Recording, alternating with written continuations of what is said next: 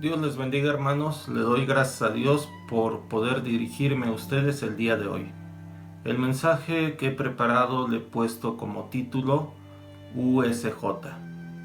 Vamos a hacer una oración para comenzar. Gracias, Señor, te damos por tu amor y por tu misericordia. Te pedimos, Dios, que tú bendigas esta palabra. Sabemos, Señor, que tu palabra no regresa tras vacía, sino que hace la obra para la cual tú la envías. Así lo creemos y así te lo pedimos. Y esto te lo pedimos en el nombre de nuestro Señor Jesús. Amén. Vamos a comenzar. USJ, Unidad de Siervos de Jesucristo. En el Evangelio de Juan, capítulo número 17, el versículo 23 dice así: Yo en ellos y tú en mí, para que sean perfectos en unidad, para que el mundo conozca que tú me enviaste y que los has amado a ellos como también a mí me has amado. ¿Qué se necesita para tener una perfecta unidad? ¿Será acaso siervos perfectos?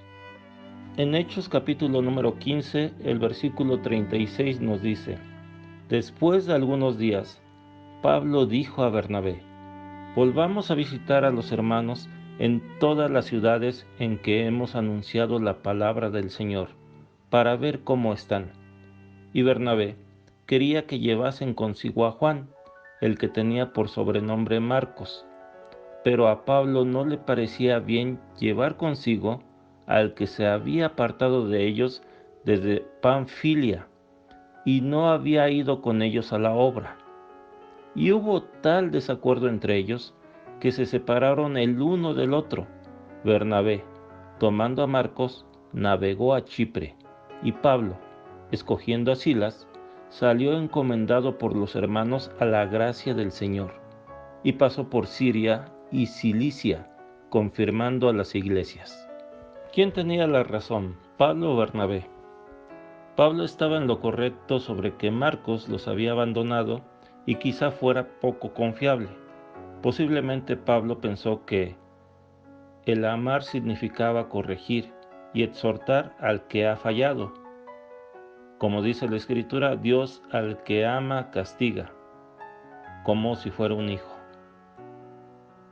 Por su parte, Bernabé estaba también en lo correcto. Marcos necesitaba otra oportunidad, así como años antes Bernabé le había dado una oportunidad a Pablo llevándolo con los apóstoles. Para Bernabé, amar significaba también perdonar y dar otra oportunidad al que había fallado. Posiblemente, si no hubiera habido este desacuerdo, Marcos no habría tomado el asunto seriamente. Quizá en el siguiente viaje los hubiera vuelto a abandonar, porque no habría tomado un compromiso serio y no habría afianzados en su fe, la fe que se requería para esta misión, que era difícil.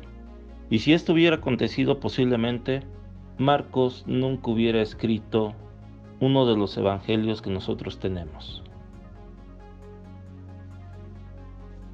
Pero sabemos lo que el propio Pablo dice sobre los problemas y situaciones difíciles. En Romanos capítulo número 8, versículo 28 dice lo siguiente: Y sabemos que a los que aman a Dios, todas las cosas les ayudan a bien, esto es, a los que conforme a su propósito son llamados. Y Marcos era llamado conforme al propósito de Dios. Y al final, esta situación de desacuerdo entre Bernabé y Pablo le ayudó a bien. Años después, el propio Pablo reconoce que Marcos es un colaborador útil. En 2 de Timoteo capítulo 4, el versículo 11 dice lo siguiente: Solo Lucas está conmigo. Toma a Marcos y tráelo contigo, porque me es útil para el ministerio. También en Filemón 23 y 24 dice: Te saludan Epafras, mi compañero de prisiones por Cristo Jesús, Marcos, Aristarco, Demas y Lucas, mis colaboradores. Debemos tener presente que Dios hace las cosas a su tiempo. Lo que vale la pena no se hace en un horno de microondas en segundos. Debemos tener paciencia en la prueba. Y Marcos, a pesar de que tuvo un tropiezo, la situación de división, de confrontación, de desacuerdo que hubo entre Bernabé y Pablo, lo hizo recapacitar en su vida y en el compromiso que significa seguir a Jesús. Para Marcos, esta situación le ayudó a bien, y no solamente a él. Pablo, como vemos, también fue bendecido a través de la vida de Marcos. Vemos que Pablo y Bernabé, aunque eran grandes siervos, no eran perfectos, y también tuvieron gran desacuerdo, y quizá en algún momento no pudieron mantener la unidad. Sin embargo, vemos que al final esta situación les ayudó a bien, ya que Bernabé tuvo el apoyo de Marcos cuando lo necesitó. Pablo, tiempo después, también tuvo el apoyo de Marcos cuando lo necesitó, y Marcos tuvo el apoyo de Bernabé y Pablo cuando los necesitó él. Esta unidad que tuvieron a pesar del desacuerdo no se logró porque fueran perfectos, sino por lo que dice nuestro Señor Jesús: y que los has amado a ellos como también a mí me has amado. Esta perfecta unidad se logró sabiendo que Dios nos ha amado y que nosotros debemos amar a nuestros hermanos a pesar de que no siempre estemos de acuerdo con ellos, porque Dios también los ama a ellos. Por lo cual, donde no hay amor, no hay unidad, pero donde hay amor se logra superar cualquier problema con la ayuda de Dios y se logra entonces la perfecta unidad. La pandemia que vivimos nos ha puesto en tal desacuerdo que en muchas ocasiones no solamente los pastores hemos dado opiniones totalmente contrarias, sino que nuestros congregantes al igual han tenido gran desacuerdo con lo que debe hacerse o no. Creo que ustedes conocen mi posición al respecto. Esta pandemia, por mi parte, es algo que debe tratarse con cuidado, pero sin turbarse y sin temor. Debe tomarse con la seriedad que corresponde, pero teniendo fe en las promesas de Dios. Hace 7 meses inició la pandemia en México. Al día de hoy han muerto 80,000 personas. En esta semana Angela Merkel acaba de decir que todos saben que nos esperan los meses más difíciles.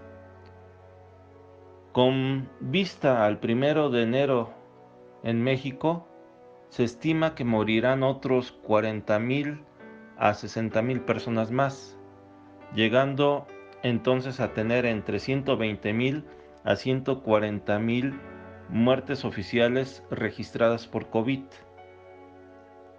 Al igual han muerto muchos pastores, a los cuales no por haber muerto significa que no se cumplieron las promesas de Dios en sus vidas. Justamente lo contrario. Por haber atravesado el valle de sombra de muerte, ellos pueden decir: aunque ande en valle de sombra de muerte, no temeré mal alguno, porque tú estarás conmigo, tu vara y tu cayado me infundirán aliento. Y sin duda, también en muchas ocasiones en su vida, seguramente se aplicó la promesa del Salmo 91:7: caerán a tu lado 1,000 y 10,000 a tu diestra, mas a ti no llegarán. Pero Dios es soberano y ahora ha llamado a estos pastores a su presencia para darles su corona. ¿Somos nosotros mejores que ellos para que el Señor nos libre?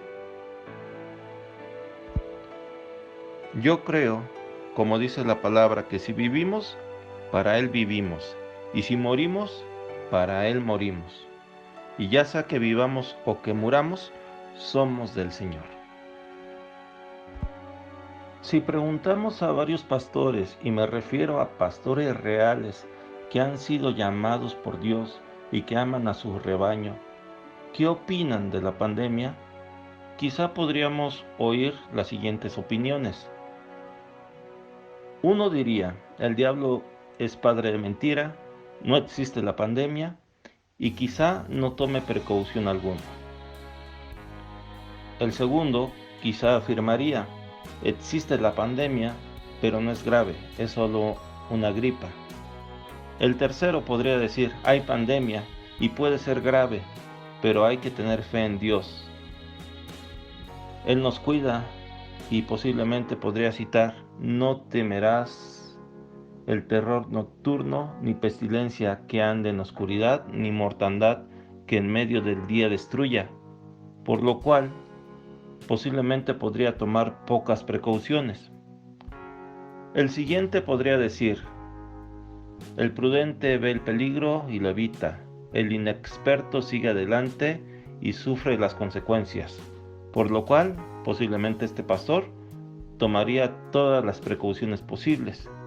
Y finalmente, quizá otro pastor podría decir, Él castiga a las naciones, ¿acaso no los castigará a ustedes? Él todo lo sabe, ¿acaso no sabe también lo que ustedes hacen? Y entonces podría concluir que de nada sirve lo que cualquier persona haga. ¿Quién tiene razón? Eso sin contar que hay pastores que realmente no lo son y solo hacen o dicen lo que ellos piensan sin importarles Dios o el rebaño. Pero hablando de pastores reales como Bernabé y Pablo, que buscan a Dios y buscan hacer su voluntad, el desacuerdo puede llegar a tal punto que entonces se tomen diferentes caminos. Pero una cosa estoy seguro, sabemos que a los que aman a Dios, todas las cosas les ayudan a bien. Esto es, a los que conforme a su propósito son llamados. Y tarde que temprano volverá a la unidad, porque así como Pablo tomó a Marcos porque le era útil para el ministerio, nosotros tomaremos de nuevo al pastor o al siervo que pensó diferente de nosotros, porque es necesario trabajar juntos para el ministerio. En Juan capítulo 17, versículo 22 dice, la gloria que me diste yo les he dado, para que sean uno, así como nosotros somos uno. ¿De qué gloria habla aquí Jesús? ¿Será acaso las calles de oro? ¿Será el mar de cristal? ¿Se refiere a la inimaginable presencia de Dios? Yo creo que no. Seguramente a ninguna de ellas. La gloria de Dios se manifiesta en muchas formas, pero Jesús nos ha dado parte de la gloria de Dios en forma muy particular. En este caso no es para hacer milagros, ni tampoco para hablar una palabra y que se conviertan miles, ni tener la fe que mueve montañas. Todo eso es sin duda muy importante, pero la gloria de Dios a la que se refiere Jesús en este pasaje, en este versículo, es la que nos permite ser uno con el hermano. Pero, ¿cuál es esta gloria? Quizá yo me equivoque, pero creo que es el amor de Dios. Ese amor que nos permite tener esa unidad con los hermanos que amamos y que estamos de acuerdo con ellos, pero también nos permite tener esa unidad con los hermanos que tal vez no nos llevamos tan bien y que a lo mejor estamos en desacuerdo con ellos. Ese amor nos permite amarlos y mantener la unidad que Dios quiere. Y yo pienso que cuando lleguemos a los cielos, seremos maravillados seguramente por muchas cosas, pero habrá una cosa en particular que nos maravillará más. Y yo creo que ese es el amor de Dios, saber la forma en que hemos sido amados, la forma en que Dios se ha entregado por nosotros. Yo creo que eso será la gloria más grande que nosotros veremos cuando estemos allá en los cielos. En Juan capítulo 17, versículo 17 dice, santifícalos en tu verdad, tu palabra es verdad. Como tú me enviaste al mundo, así yo los he enviado al mundo, y por ellos yo me santifico a mí mismo, para que también ellos sean santificados en la verdad. Somos siervos de Jesucristo, pero la única forma de estar unidos con Dios y con los hermanos y ser realmente de Jesucristo es estando santificados en la verdad, santificados en la palabra. El Señor envió cartas a los pastores de las 7 iglesias de Apocalipsis, algunos de ellos con muy dudosa reputación, muy dudoso actuar en la iglesia y dudosa doctrina. Pero el Señor tenía en su mano diestra las 7 estrellas, tenía en su mano diestra a los pastores y a las iglesias, todos juntos, y muchos recibieron elogios, pero también reprensión y llamado para que se arrepintieran. Así que si tú ves con sospecha al hermano pastor que está a tu lado, debemos recordar que Jesús lo tiene en su mano. Él lo elogiará y lo reprenderá. Lo único que podemos hacer por ellos es orar y, si Dios nos indica, ayudar. Y lo único que podemos hacer nosotros es arrepentirnos, porque seguramente algo de nuestra vida no agrada al Señor, o de nuestro actuar en la iglesia, o quizá de nuestra doctrina. Por esto tenemos que examinarnos y arrepentirnos para ser santificados en la verdad de Dios. Tenemos que santificarnos en la palabra para seguir siendo enviados al mundo a cumplir la misión que nos ha encomendado nuestro Señor. Ahora más que nunca, el mundo necesita de la palabra del Señor y necesita que nosotros estemos unidos. Tendremos desacuerdos seguramente, pero si permanecemos en el amor de Dios, ese amor permitirá que estemos unidos. Vamos a hacer una oración para terminar. Señor, te damos gracias por tu amor y por tu misericordia. Te pedimos, Señor, que podamos estar firmes, Señor, en la fe. Te pedimos, Dios, que tú bendigas a cada iglesia y bendiga, Señor, a cada pastor. Permite, Dios, que estemos tomados de tu mano y que podamos, Señor, hacer tu voluntad siempre y en todo momento. Que en nosotros, Señor, no haya turbación ni haya temor. Danos, Señor, la sabiduría, danos, Señor, la inteligencia para hacer tu palabra. Gracias, Señor, te damos porque hasta aquí tú nos has ayudado y nos has bendecido. Te pedimos, Señor, que podamos amar con el amor que tú nos has amado, para que podamos, Señor, a pesar de las diferencias que podamos tener entre hermanos, mantener la unidad que tú quieres, Señor, que nosotros tengamos.